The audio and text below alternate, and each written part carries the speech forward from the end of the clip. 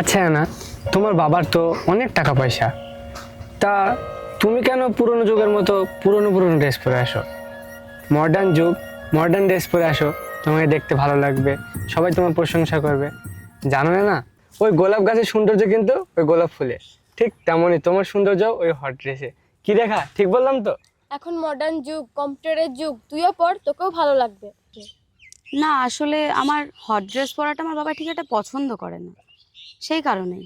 কিন্তু তুমি যখন বলছো আমি কালকে অবশ্যই পরে আসবো। কি রেখা, তুই আসবি তো আমার সাথে? না রে, কালকে কলেজে আমার একটু কাজ আছে। ও আচ্ছা। আচ্ছা চলো তাহলে। হ্যাঁ।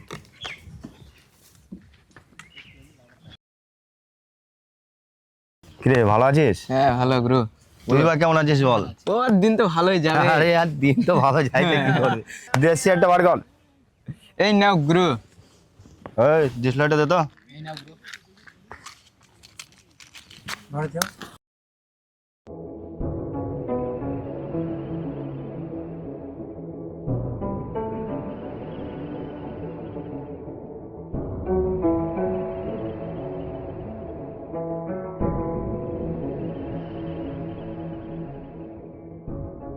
আরে এখনকার যুগে এই ধরনের ড্রেস মেয়েদেরকে কমই দেখা যায়। কি গুরু, ভূতের মুখে রাম নাম কবে থেকে? আরে ভালো হলে কি বলিস তোরা? চল পার্টি দেবো আজকে। চলো। কোথায় যে কি রাখে মেয়েটা, কোনো ঠিক থাকে না। বাবা বাবা, বলছি শোনো না, হ্যাঁ বল মা। আমার 5,000 টাকা লাগতো 5,000 টাকা কেন মা? আমার কলেজের রেজিস্ট্রেশনের জন্য। ও, কলেজের জন্য? হ্যাঁ। ঠিক আছে, একটু দাঁড়া, আমি নিয়ে আসছি।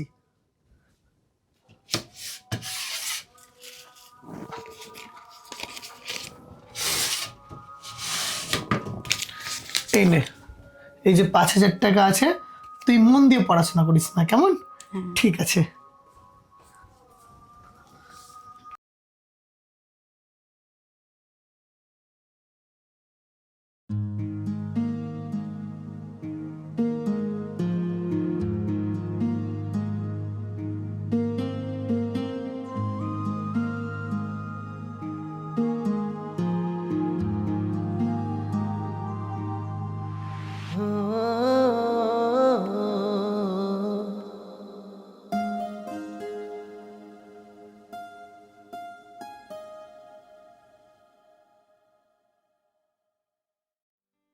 এটাই তো আমি চেয়েছিলাম।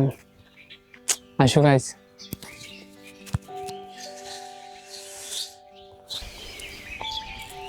এটাই তো চেয়েছিলাম। আসো গাইস।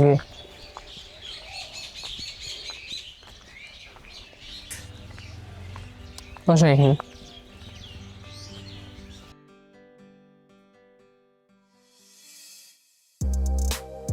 দেখেছো, বলেছিলাম না হট ড্রেসে তোমার অনেক সুন্দর লাগবে, ঠিক একবার আমার মনের মতন হয়েছে। 1 মিনিট। হ্যালো, হ্যাঁ বাবা। ও আচ্ছা, হ্যাঁ ঠিক আছে, আমি এখনই আসছি। হ্যাঁ হ্যাঁ ঠিক আছে। বলছি শোনো না, আজকে না আমাকে একটু এমার্জেন্সি কাজ আছে, বাবা ফোন করেছিল, একটু বেরোতে হবে। আচ্ছা না, শোনো না, তোমার এই ড্রেসটা আমার কাছে অনেক সুন্দর লেগেছে, তো কালকে প্লিজ আমাকে একটু টাইম দাও না। না আমার তো কালকে হবে না, কিন্তু পরশুদিন হবে কনফার্ম। আমি তাহলে পরশুদিন আসি, ঠিক এই ড্রেস। আচ্ছা যা যা, বাই বাই।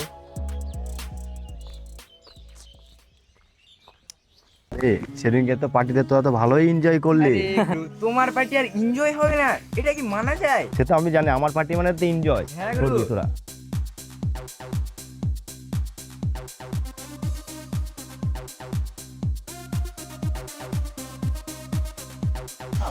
আরে ওটা সেই মেয়েটা না?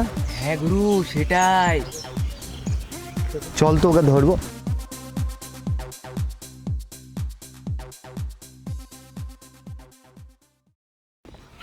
আগে তো তোমাকে অন্ধকারের মতো লাগতো, এখন তো চাঁদের আলোর মতো লাগছে।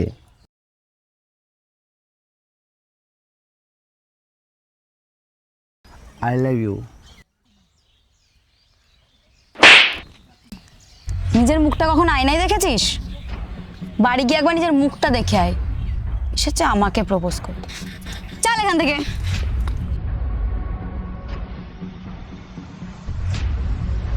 ও আমাকে চিনে, আমার নাম টমাস। তোর মতো কত মেয়ের ইজ্জত নষ্ট করেছি, নেক্সট দিন ওকে পেলে ছাড়বো না। তুমি কি একলাই খাবে, আমাদেরকে কি দিবে না? আমরা সবাই মিলে খাবো, চল এখন।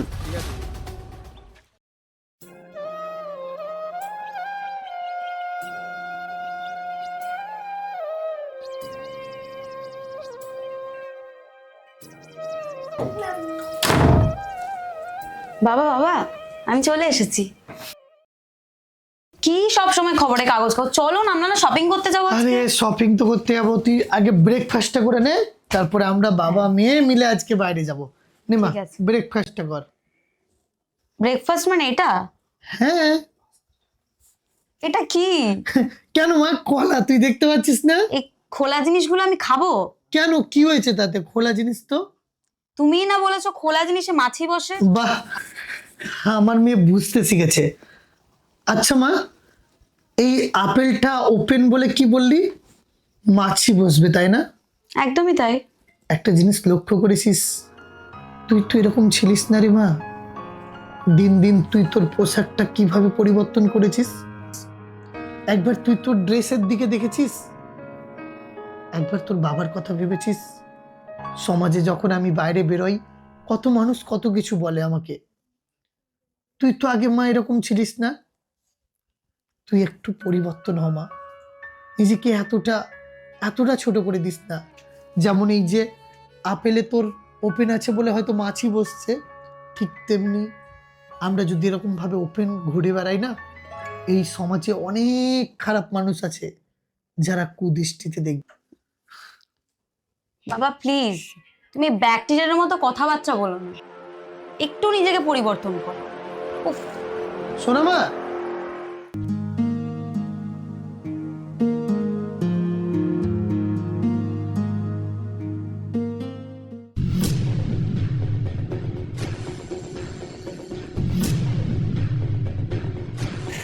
টমাসকে মারা, সেই প্রতিশোধ আজকে তুলবো। চল তো তোরা।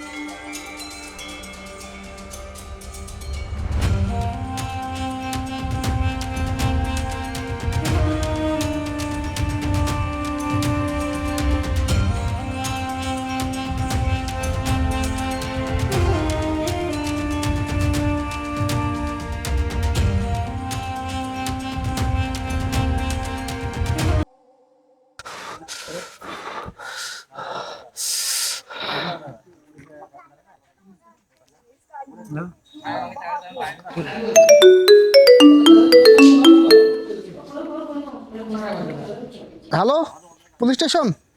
Yes speaking. স্যার, এই তিন মাথার মোড়ে একটা মেয়েকে আমার চোখের সামনে ধর্ষণ করে পালিয়ে গেল আমার সামনে 3 জন। পার্কের ওখানে এক্ষুনি যাচ্ছি, তুমি ওখানে অবশ্যই থাকবে। আচ্ছা শোনো, পার্কের ওখানে এক্ষুনি বেরোতে হবে, তাড়াতাড়ি গাড়িটা বের করো, চলো।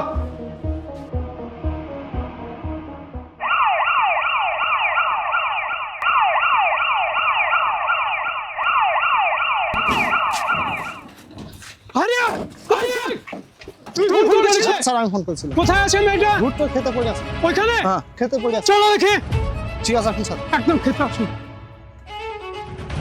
কোথায় দেখাও? স্যার ওইখানে ভিতরে। কনস্টেবল, গাড়িতে কাপড় আছে, ওটা নিয়ে আসো তাড়াতাড়ি।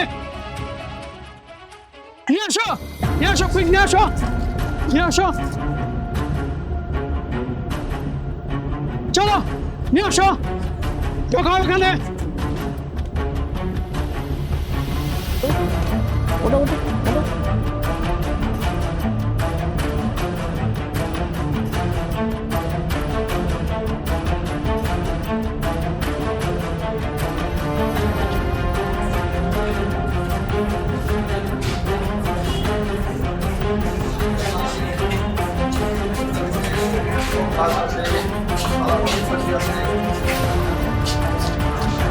তুমি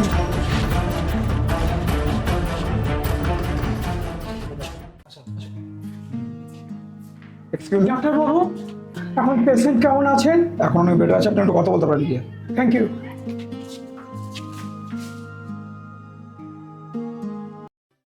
এখন তুমি কেমন ফিল করছো? আগের থেকে বেটার। আচ্ছা, তোমার নামটা বলো তো। আমার নাম অ্যানা। তোমার বাবার নাম? উসমান। তোমার বাবার মোবাইল নম্বরটা বলো। 0011003449। আচ্ছা, তোমার সঙ্গে যে নোংরা ব্যবহার করেছে তাদের কাউকে চিনতে পেরেছো? না, তারা 3 জন ছিল, 3 জন। কিন্তু তাদের মধ্যে একজনকে আমি চিনি। কি নাম বলো? তার নাম টমাস। টমাস। ঠিক আছে, চলো আমরা ইনকোয়ারি বেরবো।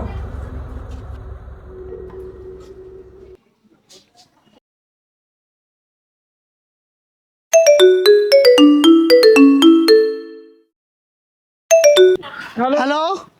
হ্যাঁ, উসমান সাহেব বলছেন? হ্যাঁ, কে? আমি টাইগার থানা ওসি বলছিলাম।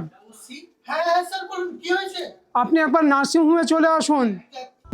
Nursing home? কেন কেন স্যার? আপনার মেয়ে অসুস্থ আছে। কি কি বললেন আপনি? আমার মেয়ের কি হয়েছে স্যার? শুনুন, আপনি তাড়াতাড়ি আসুন। আমি এক্ষুনি আসছি আমি। আমার কলিজার মা রে, মা মা দাদা, ও দাদা, নার্সিং হোমটা কোন দিকে? আমার ও সিস্টার, আমার মেয়ে কেমন আছে বলো? আপনার মেয়ে এখন ওই রুমে আছে। আসছে আমার মা।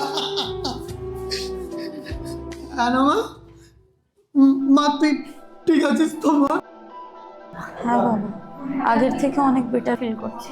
তুই তুই একদম চিন্তা করবি না, সব ঠিক হয়ে যাবে, সব ঠিক হয়ে যাবে। তুই একদম চিন্তা করিস না, একদম চিন্তা করবি না। ডাক্তারবাবু, আমার মেয়ের এই অবস্থা হয়ে গেছে, কখন ঠিক হবে ডাক্তারবাবু? আপনার না, আপনার মেয়ে অনেক সুস্থ হয়ে যাবে। আর আপনি একটু থানাকে যোগাযোগ করুন। থানা? কি কেন ডাক্তারবাবু? যেহেতু এটা একটা জটিল কেস, একটু যোগাযোগ করুন, থানা বসে আপনাকে ভালো বোঝাতে পারবেন। আচ্ছা আচ্ছা, ঠিক আছে। বলছিলাম মা, তোর শরীর এখন ঠিক আছে তো? তুই এক কাজ কর, তুই একটু থাক, আমি গিয়ে একটু বড়বাবুর সাথে দেখা করে আসি, কেমন? ঠিক আছে মা, থাক। স্যার স্যার, আমাকে বাঁচান স্যার। আপনি শান্ত হয়ে সিটের মধ্যে বসুন। আমার একমাত্র মেয়ে। আচ্ছা, আপনি সে উসমান, তাই না? শুনুন, আপনি এখানে একটা সই করুন। আমরা আপনার মেয়ের অপরাধীকে ধরার জন্য বেরোবো। আপনি কোনো টেনশন নেবেন না, আপনার মেয়ের অপরাধীদেরকে অবশ্যই ধরবো। আপনি আসতে পারেন। শোনো, এক্ষুনি গাড়ি বের করার ব্যবস্থা করো। স্যার স্যার, একটু দেখবেন স্যার? অবশ্যই। নিমা হাকর, এই তো।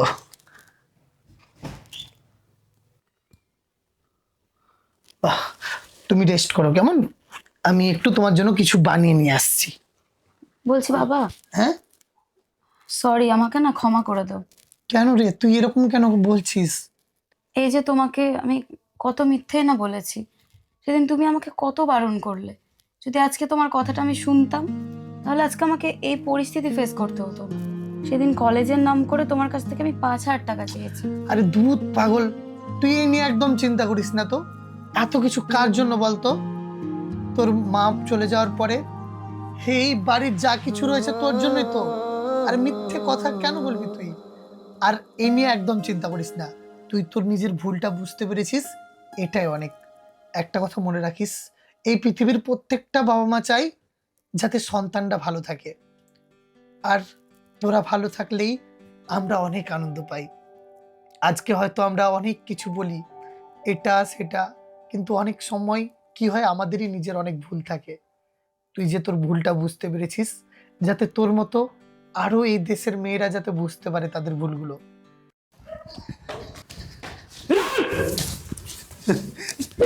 মেয়েদের জীবনে খেলা না স্যার শুনুন স্যার স্যার কথাটা শুনুন স্যার কথাটা শুনুন বল শুনুন স্যার স্যার মেয়েটা প্রতিদিন স্যার আমাদের সামনে দিয়ে যেত স্যার। আচ্ছা আমরা কোনোদিন মেয়েটার দিকে স্যার চোখ তুলে তাকাতাম না স্যার। কিসের জন্য এরকম করলে? স্যার একদিন আমরা 3 বন্ধু মিলে স্যার বসেছিলাম, মেয়েটা একদম খারাপ ড্রেস পরে স্যার যাচ্ছিল যে স্যার আমরা নিজেকে কন্ট্রোল করতে পারিনি স্যার। তাই বলে মেয়েটার জীবন নষ্ট করবে? বল! বল! তোদের 3 জনের না ফাঁসির ব্যবস্থা করে ছাড়বো। স্যার আপনি উঠুন। স্যার আজ থেকে আপনি আমার কাছে ভগবান হয়ে গেলেন স্যার। আপনাকে কথা দিয়েছিলাম আপনার মেয়ের আসামিদেরকে ফাঁসির ব্যবস্থা করব। ওদের সবাইকে তুলে নিয়ে আসছি কাল সকালবেলায় 10টার সময় আমি কোর্টে চালান করব। আপনি কোনো টেনশন নেবেন না। স্যার গ্রামের সব মানুষ বলছিল যে কোনো লাভ হবে না, কোনো বিচার পাবি না, কিন্তু প্রমাণ করে দিলেন যে আমার মেয়ে বিচার পাবে তো স্যার। অবশ্যই বিচার পাবে, আপনি কোনো টেনশন নেবেন না, আমি আছি। চলুন।